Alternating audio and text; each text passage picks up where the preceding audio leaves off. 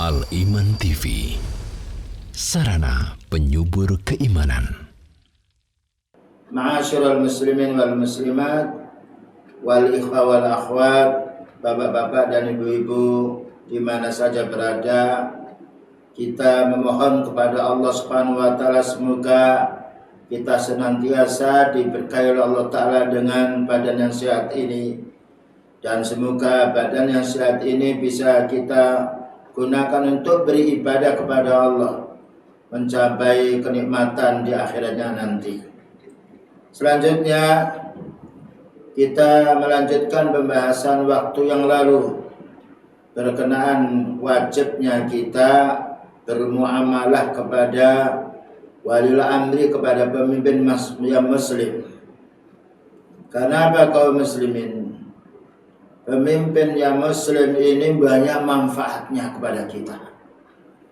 Dan tidak mungkin kita akan mengurusi di masyarakat ini tanpa ada waliul amri. Karena kejahatan-kejahatan yang begitu besar hanya Allah Ta'ala amanatkan kepada hambanya, yaitu waliul amri. Di mana saja negara, kapan saja, ketika ada huru hara yang besar, maka yang bertindak dulu adalah waliul amri. Inilah yang harus kita pahami. Dan kesimpulan dari keterangan kemarin untuk kita lanjutkan ya, bahwa pertama kita wajib mentaati pemimpin muslim. Kita taati karena itu ayatnya, yaitu wa ulil amri minkum. Ya ayyuhalladzina amanu atii'ullaha wa atii'ur rasul wa ulil amri minkum. Wahai orang beriman, taatilah Allah Ta'ala dan taatilah Rasul Sallallahu Alaihi Wasallam dan para waliul amri yang dipilih di antara kalian semuanya, yaitu adalah orang muslim. Dan orang kafir tidak boleh kita taati, kecuali dalam masalah urusan dunia yang maslahah bagi kita. Perintah yang melanggar din kita tidak boleh mentaatinya. Karena hadis la maksiata fi taatillah. Nah, tidak boleh kita maksiat dalam masalah ya la ta'atal fi maksiatillah. Tidak boleh kita mentaati dalam masalah orang itu mengajak kita kepada maksiat pada Allah Ta'ala. Kemudian juga kita tidak boleh menghina pemimpin, karena Allah Ta'ala yang mengangkatnya, yang yaitu yang menunjukkan kita agar kita mentaati pada pemimpin walaupun dia salah, tidak dihina, tapi kita yaitu meninggalkan kesalahannya. Dan kita berdoa pada Allah semoga yaitu diberi petunjuk oleh Allah Subhanahu wa taala. Kemudian juga kita disuruh bersabar atas tindakan-tindakan yaitu al-amri pemimpin. Karena para pemimpin bukan hanya mementingkan pribadi seorang, tapi melihat maslahat secara umum. Kadang-kala dari satu sisi kita merasa dirugikan, tapi maslahat di balik itu banyak sekali yang harus kita pahami. Kemudian juga kita lanjutkan sekarang, yaitu kita hendaknya mendoakan para pemimpin. Kita doakan mereka yang bertindak kurang baik ini semoga mendapatkan petunjuk dari Allah. Karena petunjuk itu hanya Allah, miliknya Allah. Tidak ada kesulitan bagi Allah Ta'ala apabila memberi petunjuk kepada hambanya. Inilah yang sering kita lupakan. Mari kita simak perkataan para ulama sunnah seperti Fudail bin Iyad rahimahullah ta'ala. Dia berkata, lawa anni araftu anna ta'wati mustajabah. Kalau saya ini tahu bahwasanya doaku ini akan dikabulkan oleh Allah Subhanahu wa taala, la ja'altu halil iman. Aku akan peruntukkan untuk para pemimpin kaum muslimin. Ya. Kenapa? Karena apabila kita mendapatkan doa yang bermustajabah dari Allah Ta'ala untuk diri kita, berarti yang baik hanya untuk diri kita saja. Namun apabila kita mendoakan pemimpin ini doa kita mustajabah, kebaikan pemimpin, kebaikan untuk umat semuanya. Dan inilah yang banyak dilupakan oleh kita sebagian besar kaum muslimin awam. Ketika melihat tindakan yang tidak benar yang dilakukan oleh pemimpin, serentak kemarahan memuak kebencian, bahkan bukan hanya kebencian kemarahan saja, tetapi diungkapkan dengan lisan, bahkan juga disebarkan ke sana kemari. Maka ini hukumnya haram, karena kita tidak boleh menyebarkan suatu kejahatan. Dan ini lihat di dalam kitab Tabaqatul Hanabilah juz 2 halaman 26, yang mana kita kaum muslimin bagaimana ketika kita sholat malam, ketika kita sholat sunnah yang lainnya, selalu mendoakan pemimpin kita menjadi pemimpin yang baik.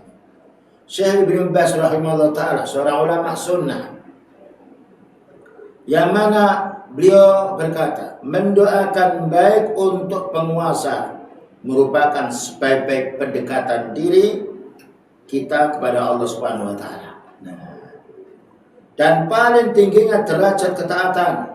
Paling tingginya derajat ketaatan. Kenapa? Doa wal ibadah. Doa itu adalah ibadah. Tergolong nasihat yang baik, karena Allah Ta'ala, Nabi Muhammad SAW telah ketika dikabari bahwa suku Daus itu maksiat durhaka, dia mendoakan Allah mahdi Dausan fa innahum la ya'lamun. Ya Allah beri petunjuk Daus, karena mereka ini tidak tahu. Memintakan petunjuk kepada orang kafir agar dia masuk Islam, memintakan petunjuk kepada orang bersalah agar dia mendapatkan petunjuk dari Allah Ta'ala. Itu amalnya para utusan Allah Ta'ala, amalnya para sahabat. Jadi kita bukan hanya yaitu mendoakan agar mendapatkan petunjuk dari kalangan kaum muslimin saja. Orang kufar kita doakan. Bayangkan Rasulullah SAW didolimi oleh suku Daus. Ketika para sahabat, wahai Nabi, doakan yang jelek, jangan. Allah mahdi Dausan fa innahum la ya'lamun. Ya Allah berilah petunjuk Daus, karena mereka itu tidak tahu. Inilah sunnahnya Rasulullah SAW yang sering kita tinggalkan. Makanya kita kaum muslimin wajib mempelajari ilmu din, membaca kitabnya para ulama salaf dahulu. Nah, doa itu puncaknya ibadah. Kenapa kita harus mendoakan para pemimpin agar mendapatkan petunjuk? Ya, karena yang berhak memberi petunjuk itu Allah. Yang menjadikan baik buruk manusianya Allah. Dan bagi Allah tidak ada kesulitan untuk membalik, yaitu menjadikan yang jelek menjadi baik, karena Allah Ta'ala berkuasa. Oleh karena Allah Ta'ala berfirman, ud'uni astajib lakum, innal ladzina yastakbiruna an ibadati sayadkhuluna jahannama dakhirin. Ud'uni, berdoalah kamu kepadaku. Subhanallah. Itulah sifat Rahman dan Rahim Allah Ta'ala kepada kita. Kita ini bersalah, orang itu bersalah. Kita disuruh berdoa kepada Allah Ta'ala untuk kebaikan diri kita, untuk kebaikan keluarga, untuk kebaikan umat. Ud'uni astajib lakum. Berdoalah kamu kepadaku, aku akan mengabulkan doamu. Lalu Allah menjelaskan, innal ladzina yastakbiruna an ibadati. Sesungguhnya orang-orang yang enggan, yang tidak mau berdoa kepadaku, sayadkhuluna jahannama dakhirin. Mereka akan masuk di dalam neraka jahanam dalam keadaan hina. Inilah kebaikan Allah Ta'ala kepada kita. Kita punya dosa, disuruh istighfar. Punya kesalahan, disuruh kita bertobat. Dan ini bukan untuk kita saja. Bagaimana keluarga kita mintakan ampun. Apalagi walul amri yang itu banyak, yaitu manfaatnya, jasanya kepada rakyat, kepada umat. Kita doakan di tengah malam, Allahumma hdi umarai. Ya Allah berilah petunjuk pemimpinku ini. Ya Allah tunjukkan jalan yang benar. Inilah perlunya kita memahami. Kemudian juga Rasulullah sallallahu alaihi wasallam juga berkata ad-du'a'u huwal ibadah. Doa ini adalah ibadah. Ya, doa ibadah berarti kita harus berdoa. Makanya setiap saat kita berdoa untuk kebaikan diri kita, mau masuk masjid, keluar masjid, masuk WC, keluar WC, masuk ke rumah, keluar rumah, safar, datang dari safar, ya. Tidak pernah kita tuh lepas dari memohon kepada Allah. Karena keselamatan kita itu ada di tangan Allah. Makanya kita mohon, bahkan sholat tidak lepas kita daripada berdoa. Selalu ada doa yang kita baca. Bagaimana kita tidak mendoakan orang yang banyak jasanya kepada umat? Kita doakan. Kalau mereka salah, kita pun juga salah. Maka sebaiknya orang salah istighfar. Ketika yaitu kita tahu saudara kita salah, maka kita berdoa, ya Allah, berilah petunjuk mereka. Dan juga salah seorang imam, yaitu Al-Imam Barbari, mengatakan di dalam kitab Syarhus Sunnah, "Idza ra'aita ar-rajula yad'u lis-sultani fa'lam annahu min ahli sunnah." Kalau kamu melihat salah seorang mendoakan baik kepada pemimpinnya, itulah orang-orang ahli sunnah. Subhanallah kaum muslimin. Ini yang banyak kita tinggalkan. Berapa banyak orang yang tidak tahu dalam masalah hal ini.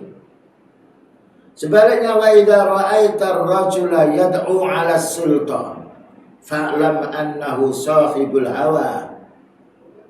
Apabila kamu melihat orang itu mendoakan jelek, apalagi mencaci, ketahuilah itu orang penyembah hawa nafsu.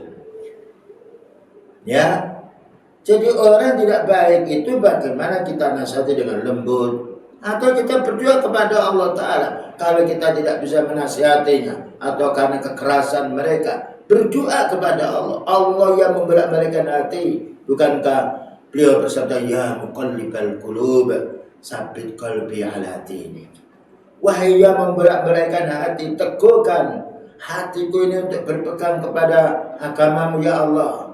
Jika kita perlu berdoa untuk diri kita sendiri, perlu kita mendoakan keluarga kita. Perlu kita mendoakan orang yang banyak jasanya kepada umat, yaitu waliul amri. Kemudian juga perlunya kita kaum muslimin menasihati pemimpin. Ya. Karena ad-dinu an-nasihah. Din itu adalah nasihat. Kita lihat berapa banyak dalam Al-Quran yang kita baca, ya, nasihat-nasihat untuk diri kita, untuk keluarga kita, untuk tetangga, bahkan untuk pemimpin pula. Inilah yang sering kita lupakan ketika melihat yaitu penyimpangan-penyimpangan pemimpin, muncul kemarahan, muncul ghibah kesana kemari, padahal dia yang menyebarkan yaitu kesalahan pemimpin itu juga banyak dosanya. Makanya kita diwajibkan menasihati. Sebagaimana Allah Ta'ala berfirman memberitahu kepada Nabi Musa, Nabi Harun, ya, agar menasihati puncaknya orang kufur, yaitu Fir'aun yang mengatakan ana rabbukumul a'la, saya ini Tuhanmu yang paling tinggi. Maka Allah Ta'ala memerintah Nabi Musa dan Nabi Harun, disebutkan di dalam surat Toha ayat nomor 44, faqula lahu qawlan layyina la'allahu yatadzakkaru aw yakhsha. Maka bicaralah kamu berdua, Nabi Musa dan Nabi Harun, kepada Fir'aun dengan qawlan layyina, ucapan yang lembut, bukan ucapan yang kasar. Dan ini menunjukkan menasihati pemimpin tidak boleh yaitu rombongan 100.000 orang datang ya ke istana, tidak ada. Tidak boleh. Bayangkan Allah menyuruh dua, Nabi Musa alaihissalam dan Nabi Harun. Dan paling baiknya menasihati pemimpin tidak boleh disebarkan. Oh, saya sudah datang menasihati, tidak. Karena menasihati itu harus ikhlas karena Allah Ta'ala, bukan ingin dipuji oleh orang. Bukan supaya orang mau si fulan berani, bukan. Maka Allah Ta'ala menyuruh dua nabinya. Ini menunjukkan yang wajib yang menasihati imam, pemimpin, ulama-ulama sunnah. Bukan orang-orang sifatnya awam yang tidak tahu, tapi orang yang memiliki ilmu karena dia beradab. Apa katanya Allah Ta'ala, la'allahu yatadzakkaru aw yakhsha. Mudah-mudahan dengan nasihat itu dia mau ingat dan mau sadar dan mau takut. Kalimat la'alli litarji, berharap. Kadang-kala diterima, kadang-kala tidak. Tapi kita diwajibkan untuk menasihati. Tidak diwajibkan harus merubah, karena kita tidak mampu merubah. Hidayah dan tidaknya miliknya Allah. Kita hanya diperintah doakan mereka, yaitu nasihati mereka. Faqula lahu qawlan layyina la'allahu yatadzakkaru aw yakhsha. Bahkan juga disebutkan pula di dalam surat An-Nazi'at. Maka Allah berfirman, idhab ila fir'auna innahu tagha. Wahai Nabi Musa, berangkatlah kamu kepada Fir'aun, satu orang. Dan ini seorang Nabi yang punya ilmu. Sekarang sudah tidak ada yaitu Nabi lagi, melainkan Nabi Muhammad SAW. Beliau telah meninggal dunia. Maka bagaimana orang punya ilmu menasihati dengan lembut, bisa juga dengan surat, sebagaimana yang dilakukan oleh beliau kepada yaitu Raja Persia, Raja Roma, dan Herakles yang lainnya. Dan juga alhamdulillah ada yang juga masuk Islam dengan dinasihati Rasulullah sallallahu alaihi wasallam. Inilah faedahnya nasihat. Kita ketika menasihati jangan sampai punya pikiran harus diterima, karena mendapatkan hidayah yang tidak hanya Allah Subhanahu wa taala. Maka Allah Taala memberitahu kepada Nabi Musa alaihissalam, idhab ila fir'auna innahu tagha. Berangkatlah kamu pergi kepada Fir'aun karena dia itu melampaui batas. Faqul hal laka ila an tazakka.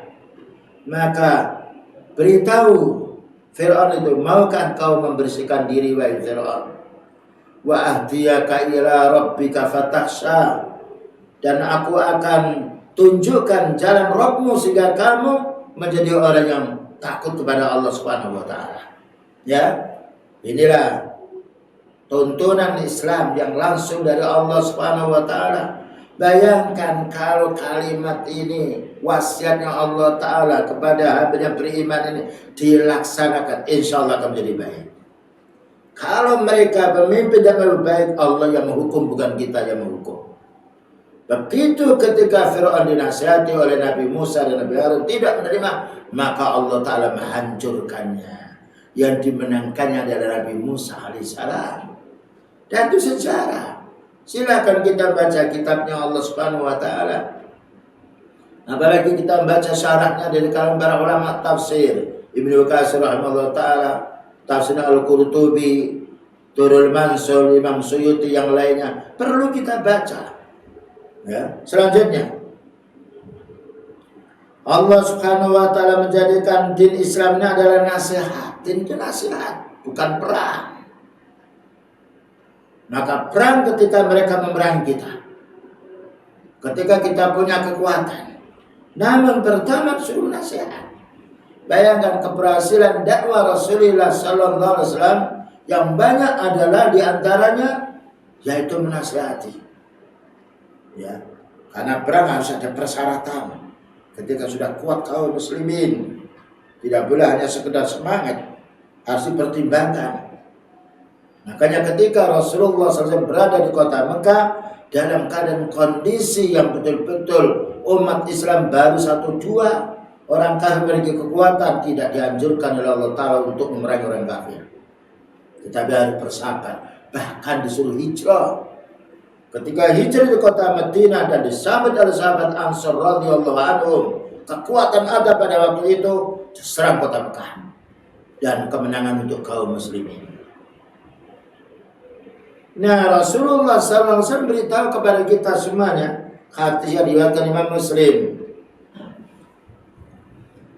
ad-din wa an-nasiha. Ya. Agama Islam itu isinya nasihat. Mana an-nasihat itu at-takhallus, bagaimana orang itu salah menjadi baik. Bagaimana orang itu tidak beribadah pada Allah menjadi orang yang beribadah kepada Allah. Ini nasihat. Lalu ditanya, qulna liman ya Rasulullah, untuk siapa nasihat ini wahai Nabi? Qala lillah. Nasihat untuk Allah, maknanya kita nasihati mereka dengan melaksanakan perintahnya Allah, dengan meninggalkan larangannya. Itu makna lillah. Wali kitabi, dan kita nasihati itu harus berpegang, berpijak kepada Al-Quran, pada ayat-ayat Allah, tidak boleh dengan hawa nafsu kita. Wali Rasuli, dan nasihat untuk Rasul, maknanya kita kembali bagaimana caranya Rasulullah SAW menasihati umat, menguasai para yaitu penguasa-penguasa yang keliru. Ya. Kemudian wali a'immatil muslimin, dan menasihati pemimpin-pemimpin kaum muslimin. Nah, ini yang banyak dilupakan oleh umumnya orang-orang Islam awam. Maunya mereka berontak ketika tidak cocok, ketika ada kemungkaran langsung demo, berontak, tidak menghasilkan perkara. Taruhlah berhasil dengan kemungkaran, berhasil dengan perkara yang keji. Kita ini bukan memikirkan bagaimana berhasilnya dulu. Cara yang kita tempuh ini kita pahami dulu. Ketika cara yang kita tempuh ini benar, kita laksanakan. Tapi kalau tidak benar, jangan, tidak boleh. Karena kita tidak boleh melakukan kezaliman. Nah, setelah yang benar kita laksanakan tidak berhasil, Allah Ta'ala tidak menilai kita ketidakberhasilan. Menilai kita, dia amalkan apa tidak perintahnya Allah Ta'ala ini. Wa ammatihim, dan juga menasihati secara umum. Nah, ini pentingnya. Kita bukan hanya menasihati diri kita saja. Ketika kita menasihati pemimpin, nasihati pula orang-orang awam, rakyat ini. Jangan sampai berbuat kemungkaran yang menjadi sebab gelisahnya masyarakat. Ya, inilah din yang mulia, yang sifatnya memberi pelajaran pada kita agar kita sering menasihati. Dan nasihat itu harus ikhlas karena Allah Ta'ala, bukan ingin dipuji oleh orang. Kemudian juga cara menasihatinya juga harus ada. Beda kita menasihati anak kita, menasihati istri kita, menasihati manusia secara umum. Menasihati para pemimpin ada cara sendiri. Tidak boleh kita membongkar di tengah masyarakat, tetapi kita harus bertatap muka. Kalau memungkinkan, kalau tidak mengirimkan surat dengan bahasa yang baik. Sebagaimana dijelaskan oleh Al-Qadhi Iyad, berkata kepada Hisam, sungguh aku mendengarkan dan melihat. Nah, belumkah kamu mendengarkan Rasulullah SAW bersabda? Apa katanya? Man arata ayyam suhalidhi sultani bi amrin, barang siapa yang ingin menasihati penguasa a'immatul muslimin dalam satu perkara, fala yubti lahu alaniyatan, jangan disebarkan di tengah umum. Subhanallah. Fala yubti lahu alaniyatan, jangan dibongkar di tengah umum. Lalu kalau tidak boleh menasihati pemimpin di tengah umum, bagaimana? Walakin liyakhudh biyadihi, tetapi kita harus bertatap muka. Ini nasihat. Namanya nasihat kalau disebarkan di media sosial atau di khutbah, ya, ini berarti membongkar aib seseorang. Bayangkan kalau kita dibongkar aib kita tidak mau, bagaimana kita membongkar aib yang itu banyak jasanya kepada kita, walaupun toh juga ada kesalahan. Fa yakhlu bi, maka hendaknya menyepi. Fa in qubila minhu fadha, kalau kita nasihati dengan bertatap muka diterima, itulah baiknya nasihat. Wa in kana wa illa, dan jika tidak diterima, qad addal ladzi alaihi lahu. Berarti orang itu telah menunaikan kewajibannya dari Rasulullah SAW atau kewajibannya dari Allah Subhanahu wa taala. Bukankah Nabi Musa alaihissalam menasihati Fir'aun tidak berhasil? Ya. Tapi telah melaksanakan Nabi Musa alaihissalam. Beliau mendapatkan pahala.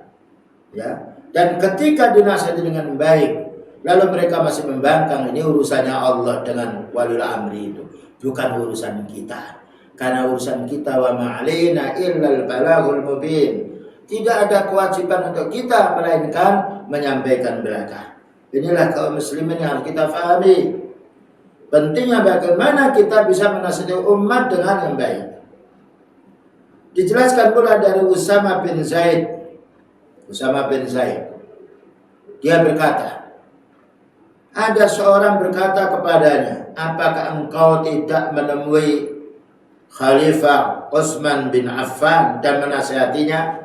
Ini fitnah yang ada pada yaitu zaman kekhalifahan Utsman bin Affan.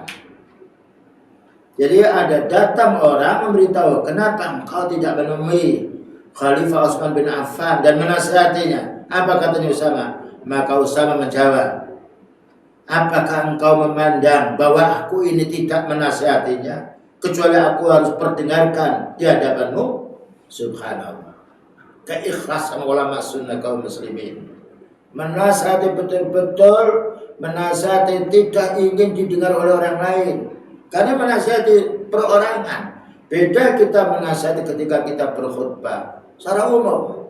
Bahkan ketika berkhutbah itu kesempatan yang baik dengan menunjuk masyarakat. Wahai kaum muslimin, janganlah kamu curang. Itu ya, dengan tidak menyebut perorangan itu menyeruak. Tidak boleh zalim. Tidak boleh kita mengambil hak yang bukan hak kita. Itu nasihat secara umum. Mencakup siapapun manusia. Kalau kita di dalam masjid berkhutbah hanya menyerang satu orang, berarti yang lain merasa tidak salah. Dan mengajari orang yang berada di masjid itu untuk berbicara seperti dia. Tidak ada manfaatnya. Dan menurut fitrah kita, kalau kita ini salah, kita ini yang jasanya sedikit atau kecil di hadapan umat. Kalau kesalahan kita ini dibongkar di tengah umum, kita marah. Bagaimana kesalahan waliul amri yang tuh banyak jasanya kepada umat? Jelas manusia banyak kesalahan, tapi cara untuk menasihati para imam, ulatul umur dengan cara yang menyendiri. Maka Usama menjawab, apakah engkau memandang bahwa aku ini tidak menasihatinya kecuali aku harus perdengarkan di hadapanmu? Demi Allah, berkata Usama bin Zaid ini, sungguh aku telah menasihatinya dengan 4 mata. Nah, 4 mata itu maknanya satu orang itu punya 2 mata. Sahabat Utsman bin Affan punya 2. Ini namanya 4 mata. Ya. Karena itu, sebab aku tidak akan membuka perkara fitnah ini di mana aku tidak menyukai. Jikalau aku adalah orang pertama yang membukanya. Nah, jadi Usama bin Zaid tidak senang kalau dia menasihati pemimpin lalu didengar oleh orang lain. Dan ini dijelaskan di dalam Sahih Muslim nomor 2989, penerbit Darul Ikhya Turas Al-Arabi Bair. Silakan ya, baca kitab Sahih Muslim nomor hatinya 2989. Inilah perlunya kita kaum muslimin menasihati. Al-Imam Asy-Syaukani rahimahullah ta'ala, ulama Yaman, ulama sunnah yang memiliki kitab Nailul Awtar juga dengan tafsir ya, dan juga kitab yang lainnya. Beliau berkata, akan tetapi barang siapa yang mengetahui kesalahan seseorang imam, nah ya, siapa yang mengetahui kesalahan seorang pemimpin dalam sebagian permasalahan, sudah selayaknya menasihati tanpa mempermalukannya di hadapan khalayak umum. Nah, Jangan kita perlakukan, jangan kita permalukan mereka-mereka itu di hadapan khalayak umum. Sekarang kan dunia internet, dunia Facebook, dunia YouTube, ya. Kesalahan sedikit ditambahi dengan kalimat-kalimat yang lain. Bahkan juga ditampilkannya pula, bahkan pula mengatasnamakan dirinya seorang punya ilmu. Tidak benar. Itu bukan menyelesaikan perkara. Bahkan juga membuat ribetnya orang awam yang tidak tahu masalah. Lalu apa katanya Imam Syaukani rahimahullah ta'ala? Namun caranya adalah sebagaimana yang diriwayatkan di dalam hadis yang Muslim tadi. Hendaklah dia mengambil tangan penguasa itu, maknanya bertatap muka, dan mengajak berduaan untuk mendengarnya. Ya. Inilah nasihat. Para ulama sepakat dalam hal ini, tidak ada yang berselisih kecuali orang-orang Kharaki, orang-orang Khawarij, orang-orang yang selalu mencari kesalahan para pemimpin. Mencurahkan nasihat kepadanya dengan lembut dan tidak menghinakan penguasa-penguasa Allah. Subhanallah. Para imam ya kawan. Para imam ini bukan digaji oleh waliul amri. Seperti Imam Barbahari mengatakan seperti tadi. Itu karena apa? Itu perintah dari Allah. Makanya kita ini harus membaca kitabnya para ulama sunnah. Jangan kita baca yaitu di YouTube yang lain yang campur aduk antara yang hak dengan yang batil. Nah, kemudian juga dijelaskan pula, selama mereka itu menegakkan sholat dan tidak nampak kekufuran yang nyata dari kalangan mereka. Nah, ya, inilah perlu menasihatnya dengan baik. Ya, walau selagi mereka menjalankan sholat menunjukkan dia muslim, tentang dia maksiatnya kita juga maksiat. Ya. Dan kita doakan semoga Allah Ta'ala memberi petunjuk kepadanya. Karena hidayah itu haknya Allah, miliknya Allah. Bayangkan sahabat Umar radhiyallahu anhu, orang yang keras sekali kepada Rasulullah sallallahu alaihi wasallam. Ya, yang berani. Tetapi ketika Rasulullah SAW mendoakan agar umatnya ini mendapatkan hidayah, dapat hidayah. Sehingga menjadi paling baiknya umat Islam di dalam berdakwah. Ini yang harus kita fahami kaum muslimin. Namun wajib bagi orang yang dipimpin untuk mentaati imam dalam ketaatan kepada Allah.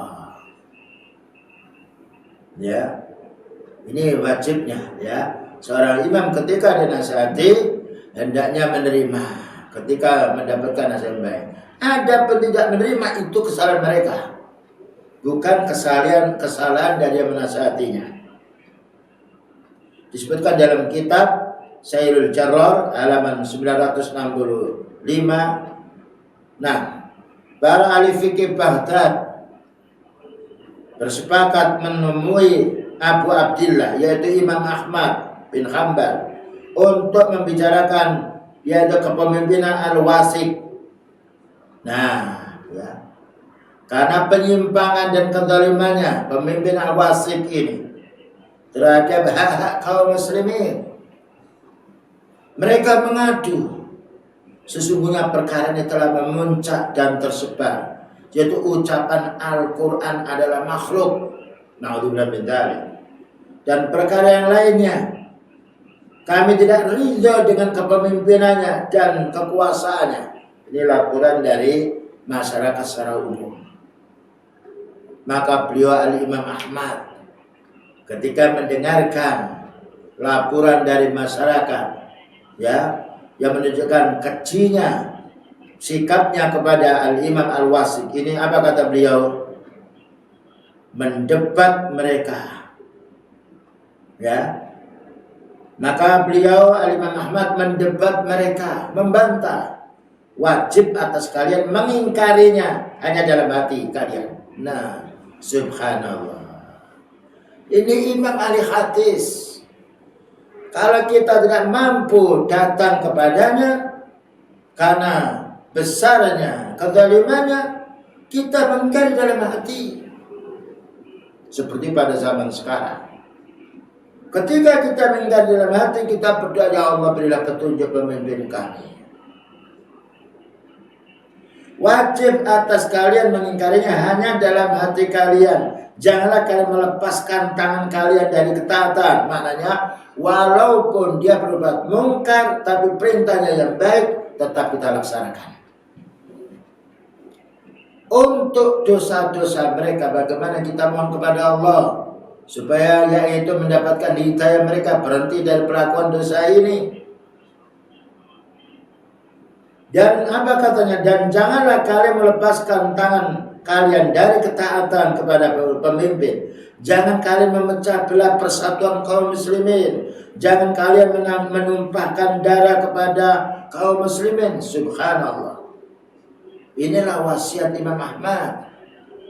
Ketika ada orang yang ingin berlaku keras terhadap pemimpinnya, maka Imam Ahmad memberitahu, maka berjuanglah kamu di hadapan Allah Ta'ala. Ingkari kemungkaran dengan hatimu. Kalau umat Islam tidak mampu untuk mengingkari mereka, kecuali kalau umat Islam itu kuat sekali, ya, dan juga mereka ahli sunnah semuanya, pemimpinnya zalim, kemudian satu saat mungkin akan digulingkannya, maka sebagian pendapat ulama membolehkan apabila betul-betul diperhitungkan akan menangnya dan akan menjadi baik sesudah digulingkan pemimpin itu. Tapi kita zaman sekarang kaum muslimin, lihat keadaan umat Islam ini. Orang munafik lebih banyak. Orang yang menjual ayat Al-Quran dan hadis untuk kepentingan dunia banyak sekali. Sedangkan orang berpegang kepada sunnah itu sedikit jumlahnya, dan itu difitnah, dicaci maki, dikatakan teroris dan juga yang lainnya. Maka bukan kita takut, tidak. Tapi kita bagaimana kita kembali kepada sunnahnya Rasulullah Sallallahu Alaihi Wasallam. Kemudian juga kita wajib mendoakan pemimpin agar menjadi baik. Sebagaimana tadi dijelaskan oleh Fudail bin Iyad, "Lau anna li da'watan mustajabatan ma sayyartuha illa fil iman." Ulama sunnah ya Pak. Lau anna li da'watan mustajabatan. Seandainya saya tahu kalau doa aku mustajabah, dikabulkan oleh Allah Ta'ala, ma sayyartuha illa fil imam. Tidaklah aku tujukan kecuali kepada pemimpin kami. Ada yang menanya kepada yaitu Imam Fudail ini, kenapa bisa begitu? Maka beliau menjawab, jika aku tujukan doa ini untuk diri saya, berarti yang baik hanya diri saya saja. Tetapi apabila aku tujukan untuk para imam, maka baiknya imam, baiknya semua masyarakat. Dijelaskan di dalam kitab Khilyatul Awliya karya Abu Nu'aim Al-Asfahani, juz 8 halaman 77 dan juga yang lainnya. Inilah perlunya kita kaum muslimin. Ya, berhati-hati jangan sampai termakan kita dengan yaitu berita-berita. Baca kitab Allah Ta'ala, baca yaitu hadisnya Rasulullah Sallallahu Alaihi Wasallam, baca fatwanya para ulama sunnah, agar kita tidak terjumus dengan kekacauan mereka, dengan kezaliman mereka. Al-Kisah, ada seorang yaitu Khawarij yang datang menemui sahabat Ali bin Abi Thalib. Ya, ditemui sahabat Ali bin Abi Thalib. Seraya berkata, wahai Khalifah Ali, wahai Khalifah Ali, mengapa pemerintahanmu itu banyak dikritik oleh orang? Tidak sebagaimana pemerintahnya Abu Bakar dan Umar. Ini kan pertanyaan sudah jelas. Pada zaman Khalifah Ali banyak fitnah karena kekacauan kelompok Khawarij. Ya, datang orang Khawarij ini kepada sahabat, kepada Khalifah Ali bin Abi Thalib. Mengapa wahai imam, wahai sahabat Ali? Ya, pemerintahmu itu banyak yang mengkritik. Sedangkan pemerintahan Abu Bakar dan Umar baik. Jawabnya mudah. Sahabat Ali menjawab, karena pada zaman Abu Bakar dan Umar yang menjadi rakyat adalah aku ini. Yang menjadi rakyat adalah aku ini. Sedangkan rakyatku itu seperti kamu itu. Orang punya ilmu tidak akan kehabisan jawaban. Jadi ketika kelompok Khawarij datang kepada sahabat Ali, mengapa kamu ya Ali memimpin banyak dikoreksi, dicaci maki oleh rakyat, sedangkan Abu Bakar dan Umar yaitu tidak mencaci? Jawabnya gampang, karena pada pemerintahan Abu Bakar dan sahabat Umar orang-orangnya seperti saya, bicara bagus. Sedangkan waktu pemerintahan saya ini orang-orang seperti kamu, selalu mengolok-olok. Dijelaskan di dalam Syarah Riyadhus Shalihin oleh Syekh Ibnu Utsaimin rahimahullah ta'ala. Begitulah kaum muslimin, sisa dari pembahasan yang kita bahas pada waktu yang lalu. Pentingnya kita bermuamalah kepada waliul amri, ya, perlunya kita bersabar. Jangan lupa mendoakan pemimpin kita dari semua jajaran supaya mereka mendapatkan petunjuk, ya, karena memberi petunjuk manusia ini hanya Allah Subhanahu wa taala. Barangkali itu yang dapat disampaikan, semoga bermanfaat untuk kita semua. Ikhwani wa akhwati kaum muslimin wal muslimat yang dimuliakan oleh Allah Subhanahu wa taala. Setelah kita mendengarkan beberapa dalil baik dari Al-Qur'an maupun dari sunnah, agar umat di dalam rumah tangga itu tenang dan agar di dalam negeri ini tenang pula, maka hendaknya menjaga lisan kita, menjaga tingkah laku kita, karena kebaikan pemimpin bisa juga tergantung kebaikan rakyatnya. Sebagaimana para ulama sunnah yaitu menjelaskan hal ini. Kalau kita sebagai seorang anak menjadi anak yang baik, ketika tahu orang tuanya keliru, dinasihati dengan lembut, tidak disebarkan di kalangan tetangga, maka keluarga kita akan menjadi baik. Demikian juga di dalam pemerintahan negeri yang urusannya lebih banyak, nah, yang mana yang dihadapi lebih banyak dalam masalah huru-hara hubungannya dengan luar negeri, dan juga menghadapi situasi di dalam negeri, masalah ekonomi, masalah keamanan yang lainnya.